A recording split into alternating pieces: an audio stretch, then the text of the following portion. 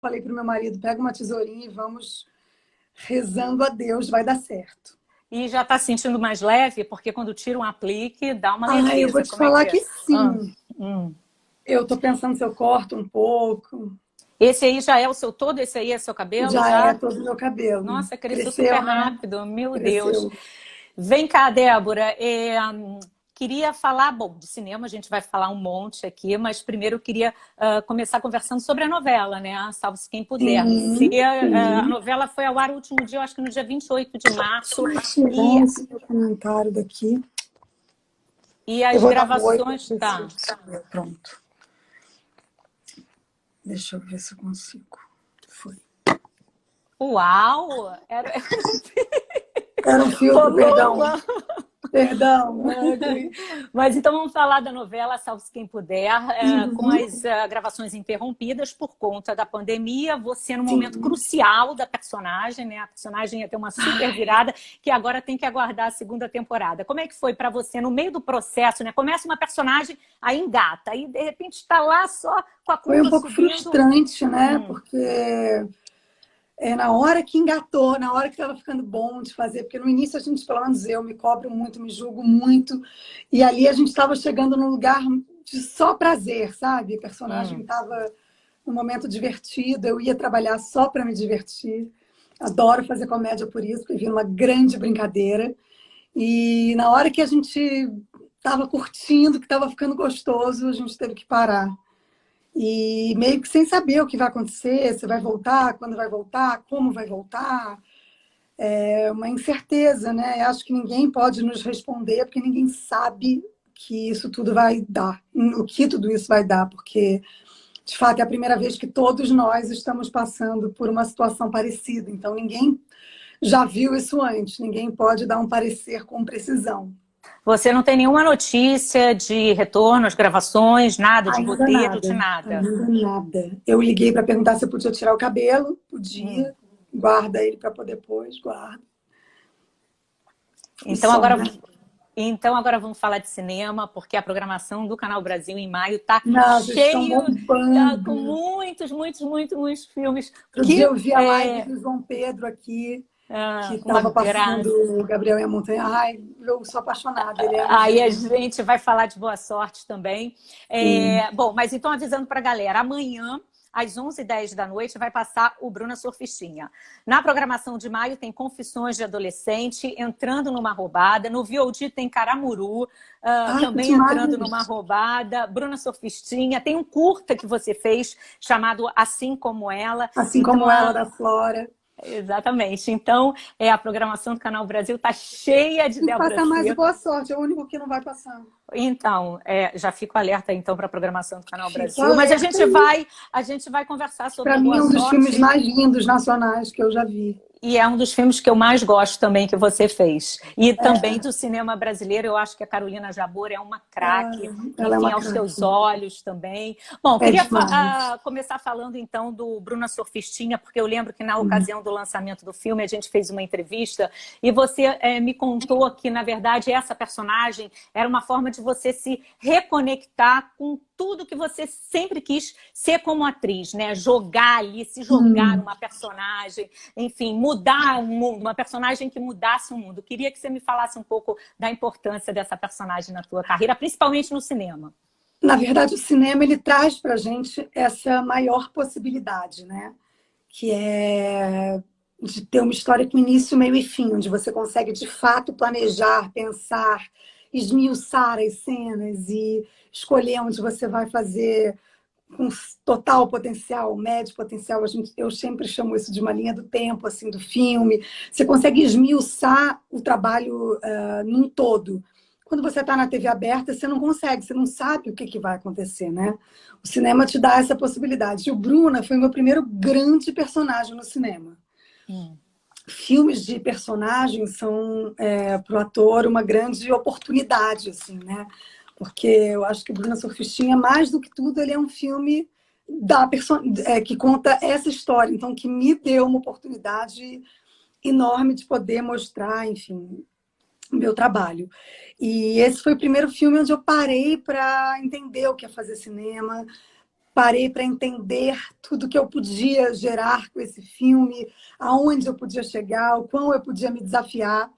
E quando eu comecei a preparação para o Bruna, talvez eu não tivesse ainda ideia do quanto ele seria transformador na minha vida. Assim. Foi uma preparação muito transformadora. Né? Eu vivi em tempo real todo o filme, porque a gente ia acabar filmando em desordem. Então, a gente alugou um apartamento, eu fui para esse apartamento com os pais, né? Com os atores que fazem pais, irmãos. Um belo dia chegou um papel para mim, fuja de casa, eu arrumei uma mochila, desci, peguei um ônibus, comprei um cigarro, cheguei num endereço onde me abriu a porta a Larissa, Drica Moraes de personagem, e estavam já todas as meninas lá, vivendo há umas 3 semanas nessa casinha, onde era o nosso puteiro de baixo nível. Então, as emoções que essa preparação despertou em mim, talvez elas sejam uma das coisas mais preciosas que eu fiz na minha vida, assim. Porque me levou para lugares, a gente não fazia isso para alguém, né? Não tinha uma câmera, não tinha nada, a gente fazia para a gente. A dilatação do tempo, ela te faz conseguir o sentir de verdade, que para mim, como atriz, às vezes é muito complicado. A rapidez te propõe cenas, você busca sentir aquilo, mas nem sempre, com a falta de tempo, esse sentimento chega em ebulição. E ali naquela preparação foi uma dilatação de tempo. Então todos os sentimentos chegaram, foram embora, voltaram e foram embora de novo. E eu consegui entender toda a profundeza de cada sentimento, sabe? Da rejeição dela em casa, do desespero dela ao chegar no puteiro e ver que os pais não foram buscar, do desespero do primeiro cliente. Todas essas emoções foram super dilatadas em tempo para que a gente pudesse esmiuçar elas verdadeiramente. Mas essa... fala, conta. Não, perdão, pode falar. Não, mas o roteiro e essa preparação que te proporcionaram essas sensações, esses sentimentos. O livro também foi um material que você usou também? Como é que foi? Não, eu parti do zero, sem nada, com o roteiro e a preparação do Sérgio Pena, que foi um presente, assim. E essa preparação ele preparava situações, né? Eu contei até uma no Fábio Porchat, que foi... Todo mundo riu muito, que eu saí de casa, eu estava na preparação, na casinha, lá no puteiro, aí chegou uma mensagem, vai comprar camisinha. E aí saiu eu e a Cris Lago, que fazia a Gabi. Saímos para comprar camisinha, e de repente eu escuto um Raquel, era o Guizé atrás de mim, de irmão, né, da Bruna. E aí a gente saiu numa busca, eu entrei, enfim, eu fugi dele descontroladamente, sem saber por quê. E a gente chorava de desespero, a gente entrou num barzinho que tinha atrás de uma parede umas máquinas de jogo ilegais, a gente ficou escondida ali, e a mulher brigava com a gente, vocês são puta! Então, essas emoções a gente vivia realmente. Era uma loucura na nossa cabeça, mas a gente vivia a situação, eu vivia a situação como Bruna, vivia a situação como Raquel, em uma situação em tempo real. A gente passou, sei lá, umas 3 horas nesse lugar, com essa mulher gritando, xingando a gente chorando, ela chamando a polícia, e ela olhava para o Sérgio Pena na rua e falava, eu sei quem é o cafetão de vocês, é o de rabinho de cavalo, vou chamar a polícia. A gente não chama a polícia. E ela dava uns tapão na gente, assim, vocês são puta! E batia na gente. Então, essas situações, elas provocaram sensações reais, sentimentos reais, que a gente depois acessava para interpretá-los muito facilmente. E como é que você volta para casa durante essas filmagens? Então, durante as filmagens eu não voltei, né? Eu estava em São Paulo, eu moro no Rio, fiquei em São Paulo num hotel, então fiquei muito sozinha. Proibi todos os meus amigos de me verem. Eu falava que não tá a Débora, que tá a Bruna, então não vem. E é um período de muita solidão mesmo. Mas você quase não tem tempo. Eu não tinha tempo para nada. Chegava, dormia, acordava e ia filmar. Chegava, dormia, acordava e ia filmar. E qual foi a lição que ficou desse filme para você? Desse trabalho? Esse trabalho, eu ia falar, depois que essa preparação acabou, a gente foi para campo conhecer garotas de programa, né? E acho que essa lição é talvez a maior lição que eu aprendi na minha vida. que foi de uma menina, eu estava, né, eu descobri que ali elas não me contariam a verdade delas se eu não abrisse a minha verdade. Então eu tive que ficar lá. Comi um baião de dois com elas sentadas no chão da cozinha, fiquei morando lá com elas um tempo. E aí um dia uma delas falou para mim, pois é porque a gente não é como a gente quer ser, né? A gente é como a gente consegue ser. A vida delas é muito dura e talvez antes de viver tudo isso, eu até ainda existisse dentro de mim algum julgamento sobre alguma coisa, sobre algum ser humano, né? E depois daquilo ali eu entendi que não, porque somos todos muito diferentes, com criações muito diferentes, com oportunidades muito diferentes. E se ela está fazendo aquilo da vida dela, no mundo, acho que não existem pessoas que não queiram ser felizes. Todo mundo busca isso, incessantemente. De uma forma ou de outra. Se ela está naquele lugar buscando ser feliz, é porque esse foi o melhor que ela conseguiu fazer por ela. E isso foi muito duro para mim, quando eu entendi verdadeiramente o melhor lugar que ela podia ter no mundo. E o quão duro era aquele lugar, ainda assim, né? E o quanto a gente deve respeitar todas as pessoas, seja lá em que lugar elas estiverem, porque, sem dúvida nenhuma, onde elas estão é o melhor lugar que elas podem estar hoje. E isso mudou a minha vida. Hoje eu não consigo, eu falo que eu não consigo mais...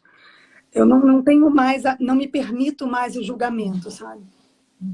Talvez Débora, a minha única intolerância seja a intolerância. Ao julgamento. Ao julgamento, exatamente. Débora, você chegou a conhecer a Raquel Pacheco? Conheci, então, no final de tudo isso, o Pena e o Baldini marcaram um dia, a gente passou o dia conversando e ela me contou a vida dela inteira, verdadeiramente. Depois a gente acabou ficando mais próxima, durante a filmagem ela participou. Depois, quando eu engravidei, eu fiz um programa para a internet e ela foi minha convidada. Ela é uma pessoa que abriu muitas portas para muitas meninas nessa situação, assim. Então, ela é uma mulher que eu admiro muito pela força dela, pela luta dela, né?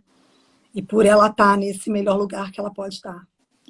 Bom, no ano passado, em julho, o presidente Bolsonaro, por conta da mudança do Conselho Superior de Cinema, do Ministério da Cidadania para a Casa Civil, ele deu um depoimento em que ele citou Bruna Surfistinha, dizendo que não podia permitir que esse tipo de filme fosse feito com dinheiro público, porque era um desrespeito à família brasileira. Como é que você recebeu essa notícia?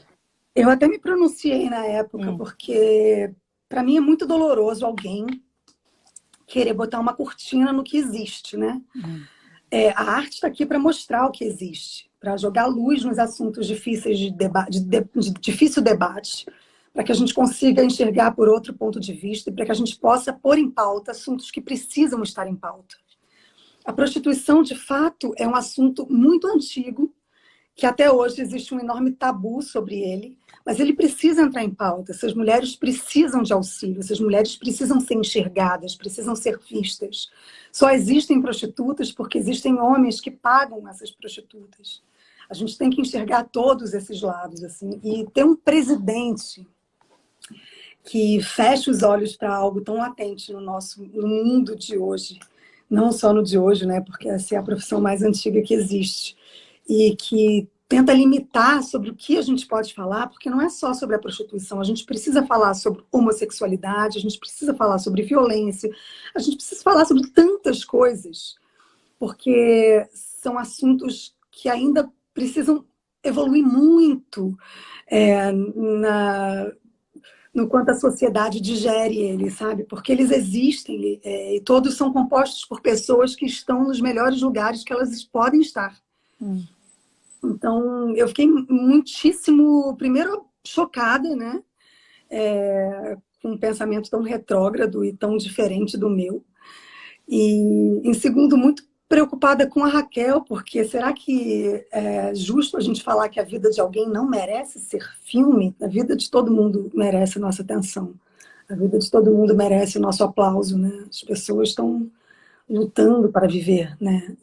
E será que ele acha mesmo que é proibindo um filme que ele ajuda essas pessoas? Não seria o contrário? Não seria falando sobre isso, dando mais suporte educacional, tendo uma saúde pública melhor, tendo uma política pública melhor para a gente evitar que novas prostitutas façam essa escolha de vida, essa obrigada escolha de vida, porque pouquíssimas pessoas, eu não conheci nenhuma na rua, escolheu isso porque quis, né? Então, é nesse lugar que eu acho que a gente tem que debater, sabe? A gente precisa falar para que as pessoas enxerguem essas minorias e para que as pessoas mudem a forma de agir perante essas minorias, né? E a história da Raquel é uma história que merece esse foco. Ela representa a história de milhões de mulheres no nosso Brasil. Mulheres, meninas, menores de idade. A gente precisa muito falar sobre isso, porque essas meninas berram e gritam por ajuda. E é nossa função, enquanto cidadão, enquanto presidente, então nem se fala, ajudar essas pessoas que gritam por ajuda, né? E enquanto artistas também, né? Evitar qualquer tentativa de filtro na cultura brasileira. Tudo merece ser contado. Toda e qualquer história merece ser contada. Toda e qualquer história é bem-vinda, né? E se é ainda uma história que nos possibilita enxergar um assunto que precisa ser enxergado, colocar a luz em cima de temas escuros, esses são os mais bem-vindos e necessários. Inclusive, bom, lembrando que Bruna Surfistinha passa amanhã, então, às 11h10, no Canal Brasil, e também está disponível no VOD do Canal Brasil. Então, para quem não assistiu ou para quem quiser rever também, é só ficar ligado. E agora eu queria falar de muito visto. Isso, exatamente. Nos cinemas fez mais de 2 milhões de espectadores, tirando todas as exibições que já aconteceram no streaming, no Canal Brasil, enfim. É um filme que merece ser visto, como vários da Débora, inclusive o próximo que a gente vai conversar, que é o Boa Sorte, que também fala de um tema muito importante, né, de uma portadora do vírus HIV. Eu acho que deu uma congeladinha. Já voltou. Já voltei. E uma história linda. Você sabe que daqui a pouco, às 8 horas da noite, sabe com quem que eu vou conversar na live? Quem? Jorge Furtado. Manda muitos beijos. Eu falei com ele esses dias, eu mandei um e-mail para parabenizar por todas as mulheres do mundo que a gente assistiu, eu e Hugo, nessa quarentena. E foi um afago, assim. E são muitas histórias com Jorge Furtado. Vamos começar a falar então do Boa Sorte, que é adaptado de um conto, de um texto dele, do Jorge Furtado. Que é o Frontal com Fanta. Exatamente. Como é que eu soube também, já na época do lançamento do filme, que quando você soube que esse filme ia ser feito, você se jogou lá para Carolina. Você já conhecia o texto do Jorge antes? Eu conheci o conto do Jorge, eu era muito apaixonada por esse conto, assim. Acho que pelo momento em que eu conheci o conto, eu tinha ido fazer Decamerão lá com a Casa de Cinema no Sul. Foi uma série coproduzida por eles. E aí o Jorge me emprestou esse livro, e quando eu li essa história, eu falei, gente, eu queria tanto fazer esse filme. Ele falou, o Guel já comprou e tal. E aí quando eu soube por uma grande amiga minha, Joana Braga, que a Carol ia fazer esse filme. Eu fiquei louca. Eu falei, Joana, você vai dizer pra ela que a Judite sou eu. Ela vai falar, não, mas ela já tem outra atriz. Não, troca a atriz, a Judite sou eu. A Judite me escolheu lá atrás, quando eu li esse livro. Eu preciso fazer esse personagem. E desde o Bruno, eu estava buscando muito outro personagem no cinema que me desse a oportunidade de fazer coisas que eu nunca tinha feito. E a Judite era esse personagem. Eu fui atrás dela, liguei, pedi, implorei por um teste, até que consegui fazer o teste e fiz o filme. Assim, foi realmente um trabalho muito marcante. Ouso dizer que foi minha melhor atuação.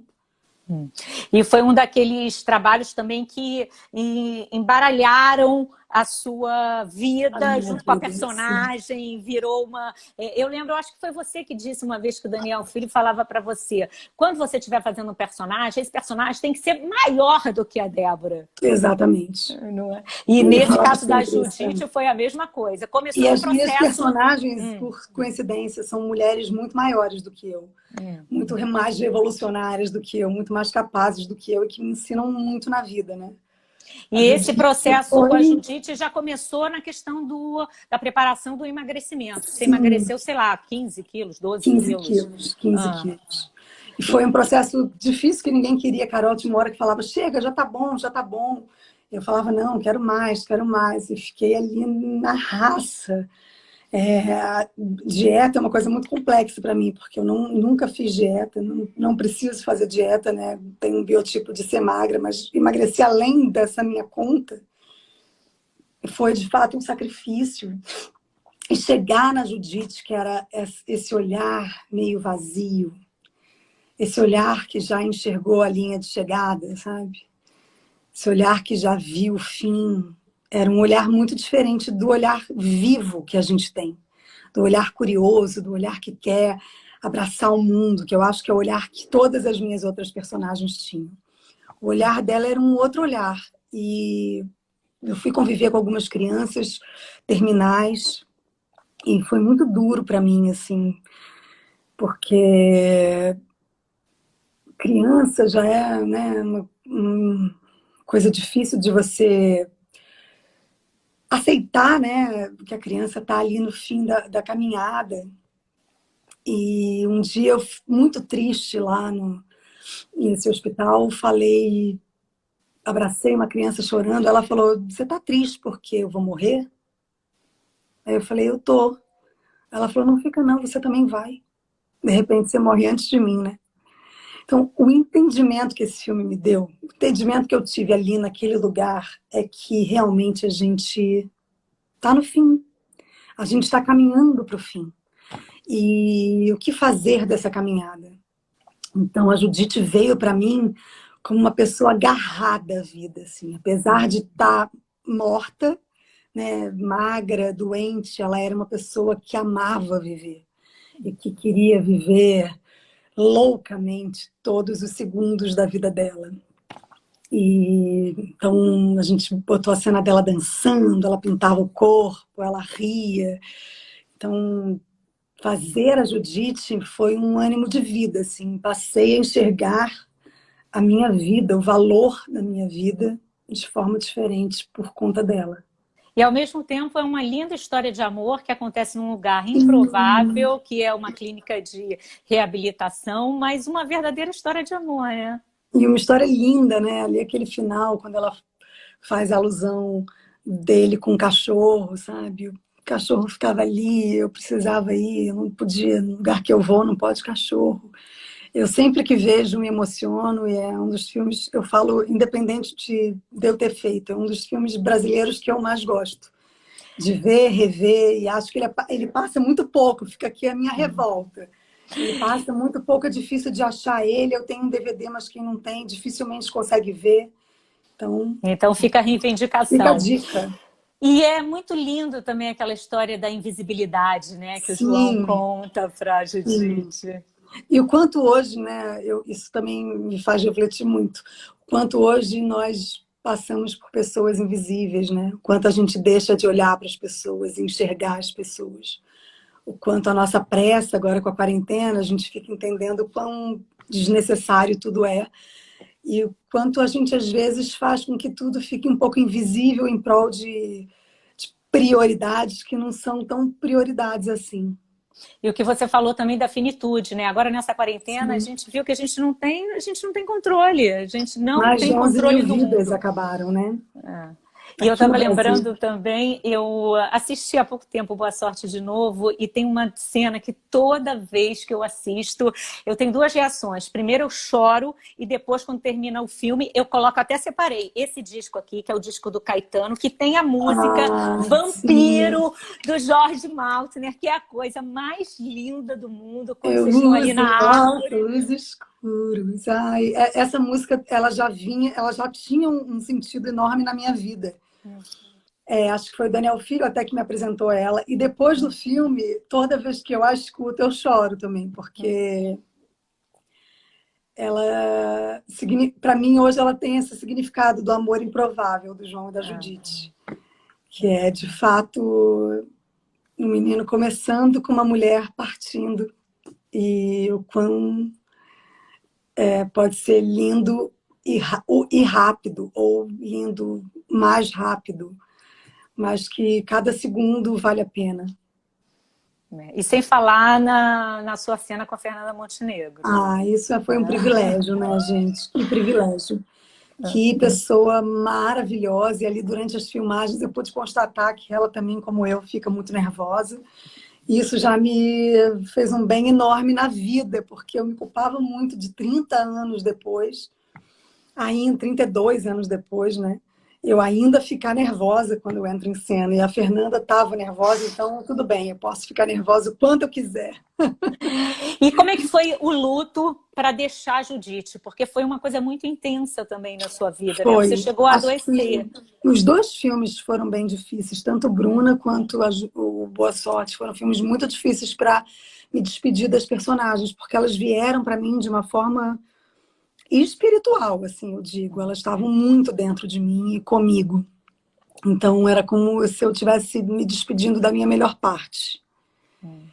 E é bem depressivo, assim. No Bruna eu fiquei bem depressiva e no Boa Sorte eu acabei me internando, né? Tive que ir para o hospital. Mas foi depressão mesmo? Você ficou deprimida em deixar... O da Bruna eu fiquei deprimida emocionalmente. E o da Judite eu fiquei deprimida junto com a comida, que eu não consegui voltar a comer de forma regrada. Então acho que foi um misto de tudo, mas muito, muito emocional, segundo o meu médico também. Tem uma história do Bruna também, que a gente passou pelo filme e eu não falei, que tem que no final das filmagens você precisava de mais, você queria fazer algumas cenas, Sim, assim, enfim, queria fazer não achava que era... com mais calma, eles queriam. E você bancou, tipo, uma semana, assim? Banquei uma semana de filme. E foi lindo, porque a gente teve 9 semanas e meia de Bruna. E aí você fez ou refez algumas cenas que você tinha feito? Não, na verdade a gente fez um filme muito maior do que o filme que existe, né? A gente filmou quase o dobro. O filme ficou enorme, a gente teve que cortar muita coisa, foi muito doloroso, mas eu queria fazer algumas cenas que a gente foi escrevendo no meio, eu e o Baldini, criando junto. Eu lembro de uma cena com o Cassim, que eu falava, falta uma cena deles felizes, sabe? A gente fez uma cena com uma máquina de Polaroid, tirando foto. A cena com o Guizé também não tinha, a gente resolveu fazer, que ele joga o dinheiro na minha cara e me chama de puta. Então, e aí quando foi chegando pro final, foi ficando apertado, a gente ia ter que acabar desistindo de algumas cenas. Eu falei, não, gente, pelo amor de Deus, quanto a gente precisa para ter mais uma semana e conseguir fazer tudo com calma. E aí paguei mais uma semana. Ô, Débora, e você agora continua em busca de uma outra personagem, assim, equivalente à Bruna, equivalente à Judite? Como é que tá, assim, de projetos de cinema? Como é que tá essa busca? Eu, depois da Judite, fiquei muito inquieta também buscando personagens femininos e busco eles até hoje. Mas eu engravidei e dei uma diminuída, porque eu não conseguiria fazer um filme com esse potencial de entrega com uma filha pequena, até porque eu acho que eu, enquanto mãe, preciso estar presente. Os valores da minha filha vai ser muito de acordo com os meus valores e acho que a gente só passa isso em exemplo. Então, até uma certa idade, que está chegando, eu me coloquei, né, até os 5 anos dela, eu acho que vai ser muito difícil eu conseguir fazer um outro grande personagem, que exija de mim uma entrega absoluta. Então, ela faz 5 anos no final do ano, e aí eu vou começar de novo essa busca incessante por mulheres que me tirem do meu lugar de conforto. E você já me falou também do desejo de produzir, inclusive de que você já escreveu algumas coisas para cinema. Como é que estão esses escritos, essa vontade de produzir? Sabe que eu não tenho, desde que a Maria nasceu, eu nunca mais escrevi para cinema. Escrevi umas coisas para teatro e não mais para cinema. Mas é bom falar nisso, que eu vou pensar nisso. Mas eu tenho muita vontade de produzir, de cada vez mais poder escolher o que eu faço e batalhar para realizar as coisas que eu escolho fazer. Bom, eu lembro que a última vez que a gente falou, você estava com 30 anos de carreira. Acho Uma que sim, há 2 anos loucura atrás. isso. Eu tô com 32 hoje. Está com 32. Você Eu só começou faço... bem... Você Eu começou comecei com 8, como criança, fazendo comerciais, depois já, sei lá, com 10 já fez fazendo uma novela peça. com 10. Com 10 também já estava fazendo Já fiz novela e novela peça de com 10. teatro. E, Essa eu fiz com 12, minha primeira. e quando você vê sua filha, que é cheia de expediente, toda despachada, dizendo que quer fazer teatro, Ela como é diz todo que dia isso. Eu não sei, ela assim, fala? acho que a maior riqueza que eu tive na minha vida foi a minha mãe ter acreditado no meu sonho. Porque eu descobri muito cedo que eu queria ser e, graças a Deus, ela batalhou e me deixou batalhar, né? Porque é difícil mesmo uma mãe que topa essa loucura do filho e, enfim, colégio, um monte de coisa, você acaba abrindo mão um pouco de um monte de coisa, de fazer tão bem todas as outras coisas para trabalhar. Eu abri mão de algumas coisas na vida para trabalhar, mas foi de fato o que eu queria fazer. Então, Foi o uma que eu decisão penso sua, não foi foi uma uma decisão dica da minha, sua mãe. não, foi uma decisão minha que a minha mãe ouviu com muito custo ali, convenceu meu pai, mas ela me respeitou, né? Então, a minha busca enquanto mãe é respeitar o que a minha filha apresenta para mim como vontade dela. Isso para tudo, assim, o que ela tem vontade, a gente compra e vamos brigar para que ela consiga fazer. Mas você não fica preocupada, às vezes, disso, dela ter que abrir mão de algumas coisas por essa... Como é que fica isso na sua Não, cabeça? porque eu acho, assim, pelo menos o meu exemplo, eu abri mão de muitas coisas, mas não me arrependo nem por um segundo, assim, porque era tudo o que eu mais queria. Então, acho que tudo que a gente faz querendo muito, a gente acerta. Porque a nossa vontade é o nosso guia, assim, né? Se você quer muito uma coisa, é claro que sempre você vai abrir mão de outras, mas a sua escolha é o que prevalece, assim. Eu quis muito isso, eu não me arrependo em nenhum segundo. Então, é até errado eu falar para ela que ela não pode. Ela pode tudo que ela quiser. E você conversa com ela sobre a sua próximo. história? Já contou a sua história desde de criança? Eu não conto muito, não, para evitar induzir, sabe? Ela me admira muito, mamãe. Você sabe que mamãe na vida de uma criança é quase tudo. Então, eu fico evitando de me fazer muito presente na história dela, para que ela siga a história dela e não uma cópia da minha, uma tentativa de me seguir, né? Mas não tem uma história que você, para fazer ela dormir, conta umas histórias lá do Brincando de Era Uma Vez? Ah, conto. Mas essa é a única peça que ela sabe que eu fiz quando eu era pequenininha. E eu conto também, brinco de fazer vozes, a gente brinca de fazer teatro, mas muito parte dela, né? Engraçado que a história do Brincando de Era Uma Vez começou com a minha mãe. Minha mãe contou a primeira vez e ela veio pedir para eu contar. Porque eu sempre evito contar um pouco de coisa minha profissional, assim. Mas a minha mãe contou, ela pede para contar, ela quer fazer, ela canta todas as músicas, ela sabe tudo da peça já. E você sabe das músicas, Débora? Eu sei todas de cor. Até hoje, sério? Olha que loucura, eu tinha 11 ou 12 anos. Eu sei todas as músicas de cor. E qual que ela gosta mais? Qual que a Maria Flor gosta mais? Ela gosta da vassoura, que é da família que vive a limpar, é prima do rodo e amo aspirador, muito amiga da água e sabão, vassoura com cabeça e coração. E ela gosta do mundo da imaginação. Os livros de histórias aguardam ansiosos para se ler. É só deixar, é só querer começar. Ela adora também. Eu cantora sou pra casa. E um dos primeiros trabalhos que você fez também, aí você já com 15 anos você tinha quando fez Confissões de Adolescente. Foi primeiro na TV? Eu não fiz com 15, não. A série eu fiz com 12 ou 13. Jura? Juro. Depois a peça que você fez TV Globo. Para a TV. E é no teatro também? O teatro foi junto com O teatro foi ali junto com a novela já. Eu tinha 15 e 16, né? Fiz com 15 e 16 anos. E inclusive você ganhou a PCA? Ganhei. Lá da sua... Foi pela peça ou pela série? Pela série. Pela série. E tempos depois você voltou a fazer no cinema, mas aí já como a mãe do Felipe. Voltei a fazer como a mãe de Felipe. Né? E também com o Daniel Filho. Também com o Daniel Filho. E aí, 20 e tantos anos depois, acho que 25, eu ganhei o APCA de novo com Boa Sorte. Né? E vem cá, quais são os principais? Eu sei que Daniel, enfim, já conversei com o Daniel várias vezes, acompanho a trajetória dele, ele é gigante. Quais são os principais ensinamentos, assim, que eu sei que Daniel é muito importante na sua vida, deixou para você?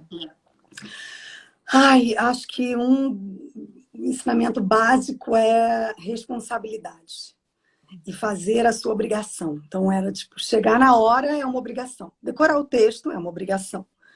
Estudar o texto também é uma obrigação, saber de onde você vem, para onde você vai. Não se meter no trabalho alheio. Então, a figurinista bota uma roupa, aí você vai falar, não gosto. Não, o seu trabalho é atuar, o seu trabalho não é fazer figurino. Se fosse, não tinha contratado a figurinista. Então, ele era muito pai, assim, e muito ditador de regras. E eu fui muito pequena, até hoje eu tenho esse vício do Daniel, sabe? Às vezes eu vejo alguém se metendo, eu digo, não, gente, não se mete, porque é o trabalho dela, não é o seu.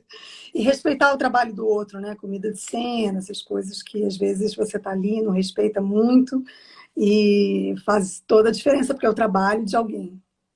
Inclusive, recentemente não, mas foi o último filme, eu acho, do Daniel, você fez uma participação, né? No Sorria Você Está Sendo Filmado. Sim, um projeto sim. super ousado, assim. Gente, a gente Daniel filmou em 2 dias. Exatamente. Um Surreal. filme, um BO, e você fez uma pequena participação. Fiz uma pequena participação de uma médica, enfim, que chega e acaba esbarrando na câmera. Eu tinha uma missão muito difícil.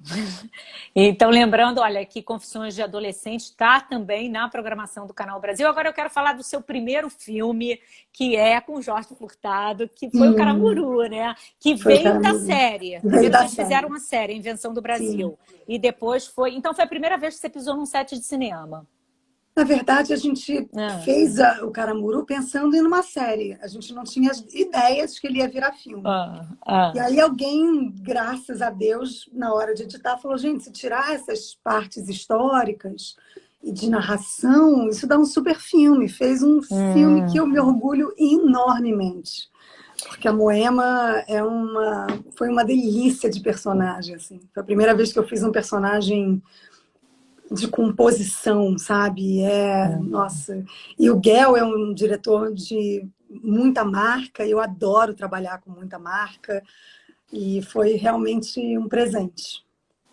E aí, então, vocês gravaram para a série e depois acabou virando um filme. A gente teve essa surpresa de que virou um filme, né? E como é que foi fazer uma indígena, assim, com toda a contradição ali dos costumes, hábitos, a cultura? Eu lembro, você estava falando de figurino, tinha um biquíni que era todo feito de madeira, não era? De galinho. De palha, assim, de folha, cal maravilhoso. Cal Albuquerque, figurinista, fez assim, para mim ele fala que o melhor figurino dele é o do Alto da Compadecida. Eu discordo, eu acho que o melhor é o do Caramuru, que eu acho primoroso, assim, os figurinos primorosos.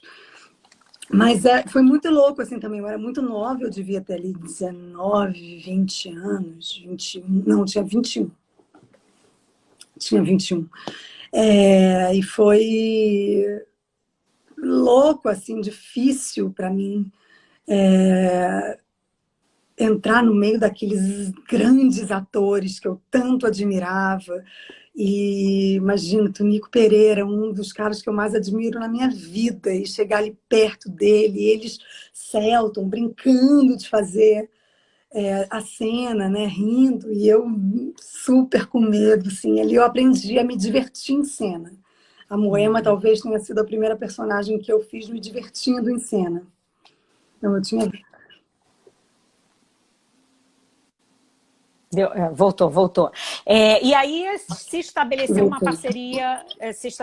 uma parceria com o Jorge Furtado, que daí você fez vários trabalhos, fez o Brava Gente, aí fez cinema, o Meu Tio Matou um Cara, o Decameirão, o Boa Sorte, que é de um texto dele. E o roteiro dele com Pedro Furtado também. A Casa de Cinema é um sonho. Se eu pudesse, eu morava lá com Nora e com Jorge. Ô, Jorge! Eu sou, de fato, apaixonada por essa família, muito talentosa e acolhedora, eles são amorosos, a forma deles de trabalhar é isso em família, entendeu? Todo mundo muito junto e eles criam grandes famílias, então a gente não quer mais sair de lá. Se eu pudesse, eu trabalhava com o Jorge para o resto da vida. Sempre mando um e-mail, falo, e aí, vai que ele lembra de mim, né, para alguma coisa, me chama de novo. E é muito legal que agora, nessa época de quarentena, a Casa de Cinema de Porto Alegre, no site deles, eles estão disponibilizando vários conteúdos. Então, é muito interessante que tem desde Ilha das Flores até, sei lá, o making off de Decamerão. E vários.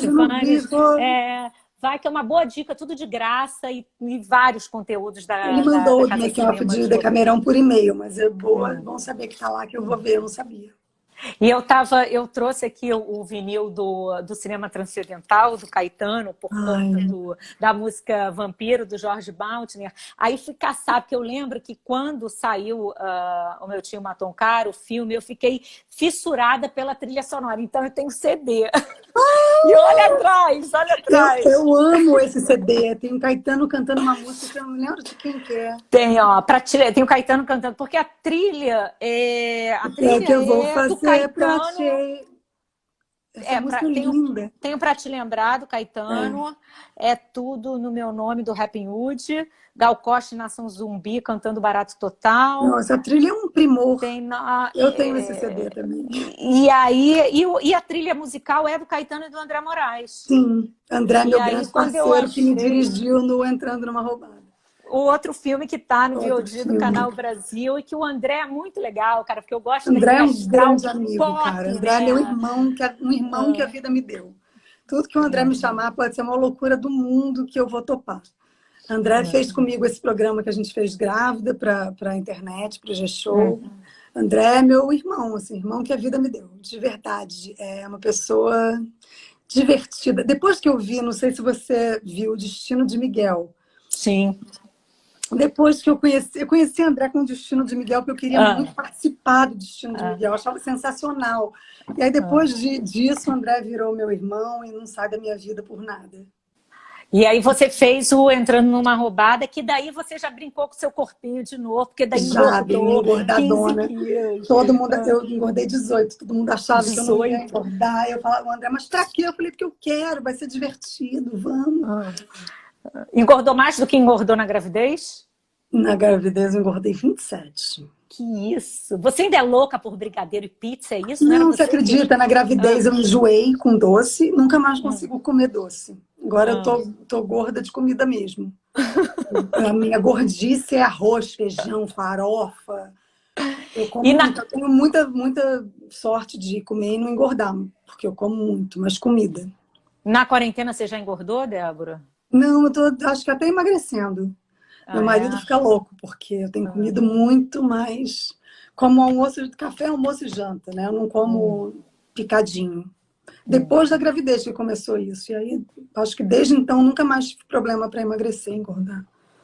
Vamos voltar a falar aqui do Entrando Numa Roubada, então. Conta um pouquinho dessa história. Você faz uma atriz meio fracassada, assim. Uma atriz fracassada nesse roteiro bem doido, com uma galera muito incrível. A gente se juntou, Lucinho, Julinho, André, Bruno, Carol, e a gente meio que escreveu esse final de roteiro juntos, e junto com a preparação, e é de fato um filme familiar, assim, todo mundo muito amigo e muito feliz de estar junto, de compartilhar o set junto, e acho que esse foi o grande barato do filme. Débora, a gente sabe que eu gosto desse seu astral, dessa coisa contagiante, divertida, desengonçada que você é mesmo. Mas essa vontade, você fala de todos os personagens, você está sempre falando assim com um vigor, com uma fissura, com uma vontade. É muito legal, principalmente agora nesse momento que a gente está passando, também de reflexão, de tantas coisas ruins acontecendo. É bom ouvir você falar, é gostoso ouvir você falar. E eu queria saber... Eu amo o que eu faço e amo todos os personagens que eu fiz na minha vida, amo o momento em que eu fiz todos eles, eu lembro dos momentos de forma muito preciosa, assim. Então, acho que é por isso que talvez passe essa energia. Eu queria saber o seguinte, o que que a quarentena te trouxe de bom e de ruim? É claro que são muitas, a Muitas balança é muito emoções. desigual, né? São muito mais coisas ruins É, do que boas, mas me fala um pouquinho. acho que teve uma coisa ruim, é óbvio, né? A nossa privação de ir e vir, a constatação de tantas mortes e tanto sofrimento, tanto desemprego, enfim, tudo que todos nós sabemos que esse vírus acabou causando. Mas de bom, eu acredito que eu consegui ter tempo com a minha filha, com meu marido, um tempo sem anseio, um tempo sem pressa de que ele acabe, né? A gente, às vezes, eu ficava com a Maria, eu sempre, mesmo trabalhando toda noite ou toda manhã, botava para dormir, deixava ela acordada até mais tarde, mas eu sabia que era ali 2 horinhas, 1 horinha e meia, que ia acabar logo e que eu ia ter que, ela ia dormir, eu ia decorar texto. Agora a gente não tem pressa do fim, né? Então a gente não tem tanta ansiedade. E essa descoberta desse novo tempo me fez muito bem. Me fez enxergar valores de forma diferente, sabe? O que realmente, para que realmente eu preciso correr e para o que realmente eu não posso correr. Com que eu tenho que, de fato, dar tempo, aproveitar, viver, dilatar, sabe? E o que que você tem feito em E me ensinou a casa? cozinhar, estou aprendendo, melhorei muito minha culinária, estou fazendo macarrão aos 4 queijos gratinado, sensacional. Tenho melhorado muitas coisas. E E tem melhorou as... minha relação com o meu marido também, acho que a gente agora, a gente estava quase sem conseguir se ver, sabe? Ele trabalhando, eu trabalhando. E agora a Maria dorme, a gente consegue namorar, conversar, ver coisas junto, debater, ouvir música. Isso tem nos feito muito bem também. O que que vocês gostam de ouvir, de assistir? O que que vocês têm feito Ah, o juntos? Hugo é muito eclético, ele me traz uns cantores e Cinco a Seco, que ele me apresentou maravilhoso. Tem um de Recife, que eu vou. Maglore, que é um de Salvador, que é maravilhoso também. Eu sou mais Chico, Caetano, Gil. Ele também, mas ele sempre traz um MPB jovem. Ele que me apresentou Baiana System há 6 anos Amo. atrás. E aí ele me traz uma música muito nova e boa. E o que que vocês têm assistido? Tem visto filmes, enfim, A gente séries? viu filmes, séries, a gente viu Todas as Mulheres do Mundo. E a gente viu Deu uma congeladinha, voltou. eu Assistir. pedi para as pessoas que estão me ligando não me ligarem nesse momento. Perdão. O Poço foi um filme que eu vi, que é um filme realmente que me mexeu, assim, me emocionou.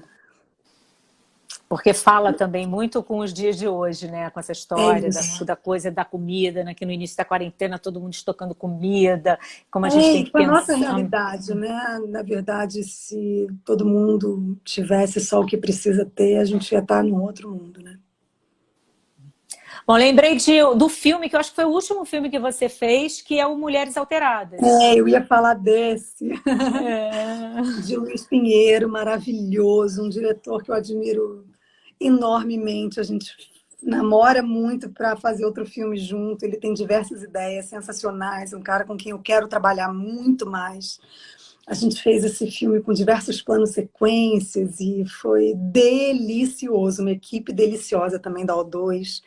Foi realmente um filme inesquecível para mim também. E é muito bacana porque ele é baseado no cartoon, né, da Maitena. Da Maitena, E são 4 mulheres, você, Alessandra Negrini, Monique Ozzi e Maria Maria Casaveral. Casadeval. E você faz a Queca. E eu lembro que na época, no lançamento do filme, você fala, essa Queca aí é que menos tem a ver comigo. E é bem o que tem menos. A Marinati era que eu achava que mais tinha a ver comigo. E que Mas foi você muito se identifica. porque ele não era um filme muito pretensioso artisticamente, enquanto Débora atriz, né? De um personagem que exigisse muita profundeza, digamos assim, muita dedicação. Era um filme com um personagem mais superficial do que o Boa Sorte Bruno. Eu estava num pós-parto ali, mais louca para fazer cinema, e foi delicioso. Agora eu vou entrar, Débora, um pouquinho aqui nas perguntas, porque são 1 milhão de perguntas. A gente não vai conseguir responder todas, mas eu vou selecionar uma aqui para a gente interagir com a galera. Olha, várias a gente já respondeu. Deixa eu ver aqui. Enquanto eu estou procurando aqui a pergunta, eu lembro também uma época que a gente conversou, que eu te perguntei de filmes brasileiros e você me citou 2 filmes que você ama, que são Amarelo Manga, do Cláudio Assis, e A História da Eternidade, do Camilo Cavalcante. Que eu amo. Você está precisando fazer cinema pernambucano, né? Eu tô. Aliás, Pernambuco é um lugar que a gente é apaixonado, eu e o Hugo. O Hugo é música de Pernambuco o dia inteiro em casa. Temos muitos amigos lá em Pernambuco. E eu adoraria, adoraria. Fica aí, Nossa, pode me chamar para qualquer papel, participação, sem fala. Essa aqui, vê se você consegue responder essa pergunta. Essa eu vou responder que sim, claro, com certeza. Muito louco. Esses fãs aqui são da onde, Débora? Não faço ideia. Olha, Claudinho Soares, beijo, meu amor. Tem muita gente perguntando aqui da Alexia. Quando volta, mas não tem previsão. Não temos a menor previsão, gente. Acho que ninguém tem, né? A mesma previsão de quando volta às escolas. A gente fica achando que talvez no segundo semestre, mas talvez não dê ainda. Depende de como as pessoas vão se comportar e ficar em casa, né? Mas você já tem uma ideia do que vai acontecer com ela? Já um pouquinho dos roteiros que você já recebeu ou não tem a mínima ideia? Nos roteiros para conseguir fazer um final para essa primeira temporada, e aí o Daniel tá mudando tudo agora. Então não tem a mínima ideia do que vai acontecer ideia do que vai acontecer com a Alexia. Alguém falou aqui da Cartomante também. Cartomante é Machado de Assis? Eu não me lembro. Não é Machado de Assis. Foi o Wagner Assis que dirigiu com o Pablo. Não me lembro de quem que é esse roteiro. Deixa eu ver aqui. Vou ver de quem é. É Machado de Assis, é baseado em Machado de Assis. É bem baseado. Mas é então livremente inspirado em Machado de Assis. Isso. Então. Agora, isso que eu lembrei agora, olhando para você, do filme do Jorge Furtado, Meu Tio Matou um Cara, que era Soraya, né? E tinha uma música Soraya na trilha sonora que, se eu não me engano, quem cantava era o Zé Brito. Você sabe que o nome da personagem era Fátima. A gente filmou tudo com Fátima. Era Fátima, Fátima, Fátima. E aí, quando surgiu essa música do Zé, Soraya Queimada, eles resolveram mudar o nome da personagem. E a gente dublou todas as cenas em que alguém falava Fátima para Soraya. Daí eu me lembro que o Lázaro falava numa cena, Fatinha. E ele falava, gente, como é que eu vou botar Sorainha na boca de Fatinha? Ele falou, Soinha, Soinha. Mas é uma loucura desses nossos trilheiros que, por causa da música, mudaram o nome de Soraya. Bom, Débora, nossa live está chegando ao fim. Eu queria te agradecer muito. Eu também estava morrendo de saudade. Eu nem lembro a última vez que a gente tinha se encontrado. Pessoalmente, eu acho que foi no Mulheres Alteradas. Ou no Festival de Recife também, não sei. Um Bertini maravilhoso. Fica meu beijo para o Bertini. A Bertini agora que está... Todos os festivais de cinema estão tendo os calendários alterados, agora muitos festivais virando online, também é uma ótima dica para a galera ficar ligada. A partir do dia 29 vai rolar no YouTube um festival, One World, eu não lembro exatamente como é o nome, mas a partir do dia 29 também, que essa é uma possibilidade. Na verdade, a gente tem consumido muita arte, né? Quando a gente estava falando... a quarentena serviu para isso, para mostrar que sem arte ninguém vive. Ainda mais trancado em casa. A gente tem o que para fazer? Ler livro, ver filme, ver série, ouvir música, e é o que a gente tem feito. Arte para todos os lados. Na verdade, a cultura sempre foi importante, eu acho, para a identidade de um povo, né? Mas agora a gente está comprovando qual é a importância da cultura na vida das pessoas, né? Antigamente eu falava assim para alguém que falava de cultura, eu falava assim, tenta educar seu filho sem música, sem história, sem teatro. Tenta. Não vai conseguir nunca. É verdade. E hoje, qual é a boa para hoje? Terça-feira à noite. O que você vai fazer quando Fazer terminar uma a comida live? para comer agora. Vai ser massa aos 4K, o 4 Estou queijos, aos pensando em fazer 4 um queijos. fondue hoje. Fondue de carne, queijo. Você come carne Carne e quando? queijo para fazer um cheeseburger. Fazer bastante fumada, terminar a noite assim, defumada. E a Maria gosta? Ela adora tudo. A fondue, então, que molha, ela se sente o quê? Tem todo o Adulta. ritual, assim. E todo dia tem que contar a história, Débora? Muitas vezes ao dia. E com vozes. A bruxa tem que ter a voz.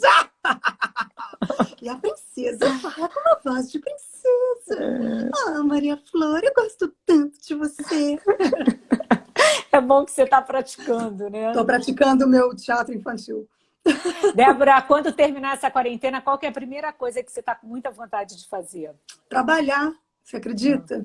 Tô com muita saudade de trabalhar, tô com saudade de viajar também, mas como eu sei que eu não vou poder viajar, fica aí eu trabalhar.